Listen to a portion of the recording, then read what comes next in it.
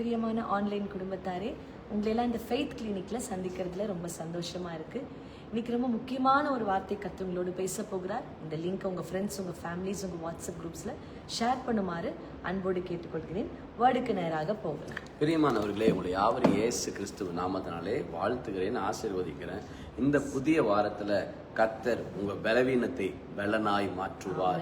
எந்தெந்த விதத்துலலாம் நீங்க பலவீனமா இருக்கிறீங்களோ இந்த வாரம் உங்களை பலப்படுத்துகிற வாரமா இருக்கும். நிறைய நேரத்துல பண ரீதியா, இல்லாட்டி மன ரீதியா, இல்லாட்டி சந்தோஷ ரீதியா எந்த நன்மையுமே அனுபவிக்க முடியாதபடிக்கு பலவீனமாய் பிசாசு உங்களை மாற்றி வைத்திருக்கலாம். இந்த உலகத்தில் இருக்க மனிதர்கள் உங்களை மாற்றி வைத்திருக்கலாம். ஆனால் கர்த்தர் இந்த காலையில் திட்டமாய் உங்க கூட பேசுகிறார். உங்களுடைய பலவீனத்தில் அவருடைய பலன் பரிபூர்ணமாய் விலகும். ஆமென். எல்லாம் சொல்லுங்க, his strength will make me strong. Comment பண்ணுங்க, I am strong in God's strength. I am strong in God's strength. Yes. உங்க பலத்துல நீங்க பலவீனமா இருக்கலாம். நீங்க சொல்லலாம், பாஸ்டர் பணமே இல்லை, பாஸ்டர் எனக்கு சரீரத்துல பலனே இல்லை. சில நேரத்துல சரீரத்துல எல்லாம் பலன் இருக்கும், ஆனா இருதயத்துல பலனே இல்லாம இருக்கும். பலவீனம் அடைஞ்சிருப்போம். ஆனா இன்னைக்கு கர்த்தர் பேசுகிறார், உன்னுடைய பலவீனத்தில் என்னுடைய பலன் பரிபூர்ணமாய் வழங்கும். வேதத்துல ஒரு வசனத்தை வாசிப்போமா? 2 கொரிந்தியர் 1 8வது வசனத்தை வாசிங்களேன். பிசாசு ஒரு மனிதனை பலவீனப்படுத்தும் போது ஆதி காலை திருசபையில் இருந்த பரிசுத்தவான்கள் தங்களை எப்படி பலப்படுத்தி கொண்டாங்க அதை தான் நம்ம இன்னைக்கு காமிச்சிட்டு நம்ம ஜெபிக்க போகிறோம். வாசிப்போம். 2 கொரிந்தியர் 1 8வது வசனம். ஆகையால் சகோதரரே, ஆசியாவில் எங்களுக்கு நேரிட்ட உபத்திரவத்தை நீங்கள் அறியாதிருக்க எங்களுக்கு மனதில்லை. என்னவெனில், பிழைப்போம் என்கிற நம்பிக்கை அற்று போகத்தக்கதாக எங்கள் பலத்திற்கு மிஞ்சின அதிக பாரமான வருத்தம் எங்களுக்கு உண்டாயிற்று. பவுல் சொல்லுகிறாரு, பிழைப்போம் என்ற நம்பிக்கை எங்களுக்கு கொஞ்சம் கூட இல்லை. ஏன்னா அதிக பாரம் எங்களை தொற்றி பிடித்தது. இன்னைக்கு உங்க வாழ்க்கையில அப்படி இருக்கிறீங்களா? பிழைக்கவே முடியாது பாஸ்டர், இந்த போராட்டத்துல ஜெயிக்கவே முடியாது. ஐயோ, வருகிற கண்ணீர், இந்த போராட்டங்கள், இந்த வருகிற பிரச்சனைகள், சூழ்நிலைகள், மனுஷனுடைய வாயின் வார்த்தைகளை கேட்டா எங்களால பிழைக்கவே முடியாது அப்படின்னு அதிக பாரத்துல நீங்க இருக்கிறீங்களா?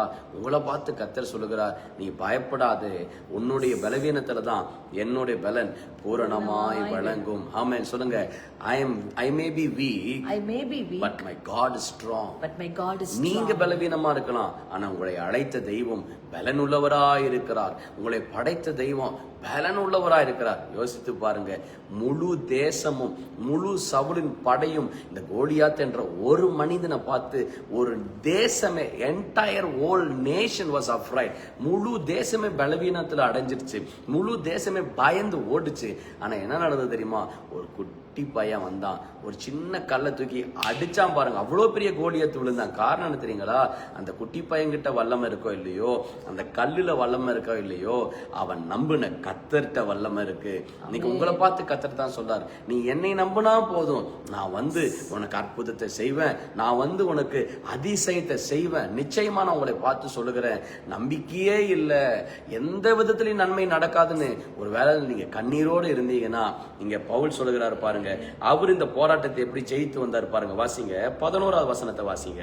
அநேகர் மூலமாய் எங்களுக்கு உண்டான தயவுக்காக அநேகரால் எங்கள் நிமித்தம் ஸ்தோத்திரங்கள் செலுத்தப்படும் பொருட்டு நீங்களும் விண்ணப்பத்தினாலே எங்களுக்கு உதவி செய்யுங்க. விண்ணப்பத்தினாலே எங்களுக்கு உதவி செய்யுங்க. பணம் கொடுத்து உதவி செய்யறாங்க, இல்லாட்டி ஏதோ வேற ஏதோ விதத்துல ஹெல்ப் பண்றாங்க. ஆனா இங்க பவுல் சொல்லுகிறார், ஜெபத்தினால எங்களுக்கு என்ன பண்ணுங்க?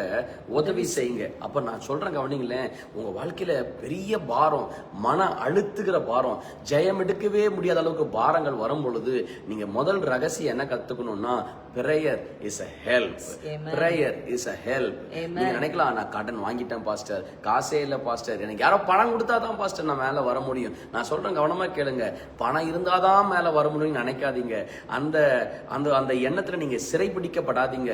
நீங்க ஜெபித்துட்டீங்கனாலே, நீங்க கர்த்தர் சமூகத்துல காத்திருந்துட்டீங்கனாலே கர்த்தரே வந்து உங்களுக்கு உதவி செய்வார். நிச்சயம் உதவி செய்வார். ஆமென். சொல்லுங்க, prayer is a help. So தனிப்பட்ட ஜெப வாழ்க்கையை நீங்க என்ன பண்ணிக்கணும்? வளர்த்தி கொள்ளணும். எப்ப வளர்த்தி கொள்ளணும்? பிழை போன்ற நம்பிக்கையே இல்லாத சூழ்நிலையில நீங்க வெளியே வரணும்னா நீங்க என்ன பண்ணணும்னா தனிப்பட்ட ஜெப வாழ்க்கையை வளர்த்தி கொள்ளுங்க. 2வது வாசிப்போம், ரோமர் 4 18வது வசனத்தை வாசிங்க. ரோமர் 4:18. உன் சந்ததி இவ்வளவா இருக்கும் என்று சொல்லப்பட்டபடியே தான் அநேக ஜாதிகளுக்கு தகப்பனாவதை நம்புகிறதற்கு ஏதுவில்லாதிருந்தும். அங்க பவுல் பிழைப்போன்றதுக்கு நம்பிக்கை இல்லாம இருந்தார். இங்க ஆபிரகாம் தான் வாழ்க்கை, தன்னுடைய குடும்பம் ஆசீர்வாதமா மாறும், எனக்கு ஒரு பிள்ளை பிறப்பான், எனக்குன்னு ஒரு நன்மை நடக்கும் என்பதை ஆபிரகாமுக்கு என்ன இல்லையா, நம்புவதற்கே வாய்ப்பு இல்லையா.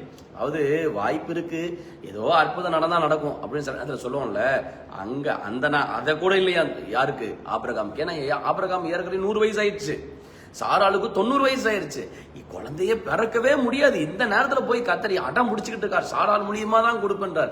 ஏன் ஆண்டவரே, இந்த ஆகார் மூலியமா பிறந்துச்சு, அதை நீங்க பிள்ளைய அங்கீகரிச்சு அந்த பிள்ளை மேல ஒரு ஆசீர்வாதத்தை சொல்லலாம்ல. இல்லாட்டி இந்த யாரு இந்த எலியேசருடைய பையனை வேணா உனக்கு ஒரு பையன் சொல்லி நீங்க ஆசீர்வதிச்சுட்டு விடலாம்ல, ஏன்பா இப்படி அடம் பிடிக்கிறீங்க? சில நேரத்துல கத்தர் பாருங்க, தேவ பிள்ளைகளை நீங்க சொல்லலாம், நான் என் குடும்பத்துக்கு தரித்திரம், ஏனாலதான் குடும்பத்துல பிரச்சனை, ஏனாலதான் என் குடும்பத்துக்கு சாபம் நீங்க நினைக்கிறீங்களே, கத்தர் சொல்றாரு மூலியமா தான் உயர்வை கொடுப்பேன்னு அடம் முடிப்பாருங்க கத்தர். ஆபிரகாம் அவரு ஒரு 4 ஆப்ஷன்ஸ் கத்தருக்கு வைக்கும்போது கத்தர் சொல்றாரு சாராள் தான்றாரு. ஏன் ஆபிரகாம் கேட்பாரு, சாராளுக்கு தான் குழந்தைய பிறக்காத ஆண்டவரே, எதுக்கு நீங்க அந்த புள்ளை இப்படி பிடிச்சிட்டு இருக்கீங்க? கர்த்தர் சொல்லுகிறாரு, என்னால கூடாத காரியம் உண்டோ? ஹல்லேலூயா. வேலை உங்க குடும்பத்துல உங்களை விளங்காதவன் சொல்லலாம், உங்களை பார்த்து சபிக்கப்பட்டவன் சொல்லலாம். ஏண்டா இவன் பிறந்தா, இவன் பிறந்ததுக்கு அப்புறம் தான் குடும்பத்துல அவ்வளவு ஒரு கெட்ட காரியம் நடந்துச்சுன்னு சொல்லலாம். ஆனா கர்த்தர் சொல்றாரு, அடம் பிடிக்க போகிறார். உன் மூலியமா தான் உன் குடும்பத்துக்கே நன்மை வரும்படியாக கர்த்தர் அடம் பிடிக்கிறார். இங்க அப்படித்தான் நடந்துச்சு. அதனால ஆபிரகாம் என்ன பண்றாரு, நம்புகிறதுக்கே வாய்ப்பு இல்லை. இனி போய் இந்த சாரால் மூலியமா தான் நன்மை நடக்குமா என்னப்பா அப்படின்னு இருந்தாரு. ஆனா அந்த மாதிரி இருந்த நேரத்துல ஆபிரகாமுடைய வாழ்க்கை மாறுச்சு. எது அவருக்கு ஆவிக்குரிய ரகசியமா இருந்தது, எது ஆவிக்குரிய திறவுகோல் ஆபிரகாமுடைய வாழ்க்கையை மாத்தினது? 19வது வசனத்துல வாசிங்களேன். அவன் விசுவாசத்திலே பலவீனமாய் இருக்கவில்லை. எதுல பலவீனமா இருக்கவில்லை? ஆபிரகாம் சரீரத்துல வேணா பலவீனமா இருக்கலாம், விசுவாசத்துல பலவீனமா இல்ல. இன்னைக்கு உங்க வாழ்க்கையை பார்த்து சொல்றேன், உங்க கையில பணத்துல பலவீனமா இருக்கலாம், இல்ல சில நன்மைகள்ல பலவீனமா இருக்கலாம், எல்லாம் உங்களை காட்டுல மேல எங்கேயோ போயிருக்கலாம், நீங்க இன்னும் ஒண்ணுமே இல்லாத வரைக்கும் வெறும் வீக்கா இருக்கலாம். ஆனா கர்த்தர் சொல்லுகிறார், எதுல வேணா வீக்கா இருப்பா, விசுவாசத்துல வீக்கா இருக்காத. அங்க பவுல் சொல்லுகிறார், நாங்க மரணத்தினாலே நாங்க பிழைப்போன்றதே நம்பிக்கை இல்ல, ஆனா ஜெபன்ற ஒரு பலன் பவுலுக்கு இருந்தது. இங்க ஆபிரகாமுக்கு குழந்தை பிறக்கும்ன்றது நம்பிக்கை இல்ல, ஆனா விசுவாசன்ற ஒரு பலன் இருந்தது. நீங்க உங்களை பார்த்து கத்துட்டு தான் சொல்லுகிறார், 2 காரியம் வாழ்க்கையில முக்கியம். 1 ஜெபம், 2வது விசுவாசம். கமெண்ட் பண்ணுங்க, prayer and faith. Prayer and faith. Prayer and faith. Prayer and faith. Prayer and faith என்ன தெரியுங்களா? ஆவிக்குரிய உலகத்தை அட்டாமிக் பாம் மாதிரி, நியூக்ளியர் பாம் மாதிரி போட்டா வெடிச்சே தான் செதறும், போட்டா அற்புதம் நடந்தே தான் செய்யும். நான் சொல்றேன் கேளுங்க, நீங்க ஜெபம் பண்ணீங்கன்னா, நீங்க விசுவாசிச்சீங்கன்னா, உங்க வாழ்க்கையில அற்புதம் நடக்காமல் இருக்கவே முடியவே முடியாது. பவுல மரணத்தை தோக்கடிச்சிடலான்னு மரணத்தின் பிசாசு வந்துச்சு, ஆனா பவுல் ஜெபித்தார், மரணத்தின் ஆவி ஓடினது. ஆபிரகாமுக்கு குழந்தைய பெக்க வைக்க முடியாம, ஆபிரகாமுக்கு வாக்குத்தத்தம் நிறைவேறாம போகலான்னு எத்தனையோ பிசாசு திட்டம் போட்டான், ஆனா விசுவாசித்தார், அநேக ஜாதிக்கு தகப்பனாய் மாறினார். நீங்களும் அநேக ஜாதிக்கு தகப்பனாய் மாறுவீர்கள். நம்ம கூப்பி நம்ம ஜெபம் பண்ண போறோம். ஆவியானவரே, யாரெல்லாம் என் சத்தத்தை கேட்டு அப்பா நம்புவதுக்கே வாய்ப்பு இல்லப்பா, பாரமா இருக்குப்பா, நாங்க பிழைக்கவே முடியாது, ஐயோ இந்த கடனை கட்ட முடியாது, இந்த வியாதியிலிருந்து வெளியே வரவே முடியாது, சான்ஸே இல்ல, எந்த விதத்திலயும் வாய்ப்பு இல்லைன்னு நாங்க கண்ணீரோட யாரெல்லாம் ஜெபிக்கிறாங்களோ அவங்களுக்காக நான் ஜெபிக்கிறேன். இப்பொழுது அவங்க உள்ளத்துக்குள்ளாக ஆண்டவரே ஜெப ஆவி வருவதாக, விசுவாசம் வருவதாக. சரீரத்துல வேணா பலவீனமா இருக்கலாம், பணத்துல வேணா பலவீனமா இருக்கலாம், வாய்ப்புகள்ல வேணா பலவீனமா இருக்கலாம், ஆனா ஜெபத்திலையும் விசுவாசத்திலையும் பலவீனமா இராதபடிக்கு ஒரு புதிய ஆவிக்குரிய வல்லமை, புதிய ஆவிக்குரிய பலன் அவங்க மேல இறங்கி வருவதாக. ஐயோ என் வாழ்க்கையே நாற்றமடித்து போயிட்டு இனி என் வாழ்க்கையில எந்த நல்லதும் வளராது அப்படின்னு யாரெல்லாம் கண்ணீரோடு இருக்காங்களோ அவங்களுக்காக நாங்க ஜெபிக்கிறேன். மகிமை மேன்மையின் ஆவி அவங்க மேல இறங்குவதாக, மேன்மையின் ஆவி இறங்குவதாக.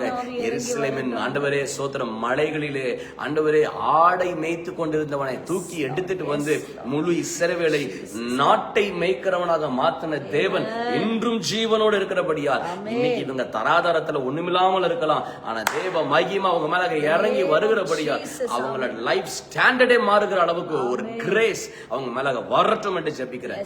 மகிமையால் நிரப்புங்க இயேசுவின் நாமத்தில் பிதாவே, ஆமென். ஆமென்.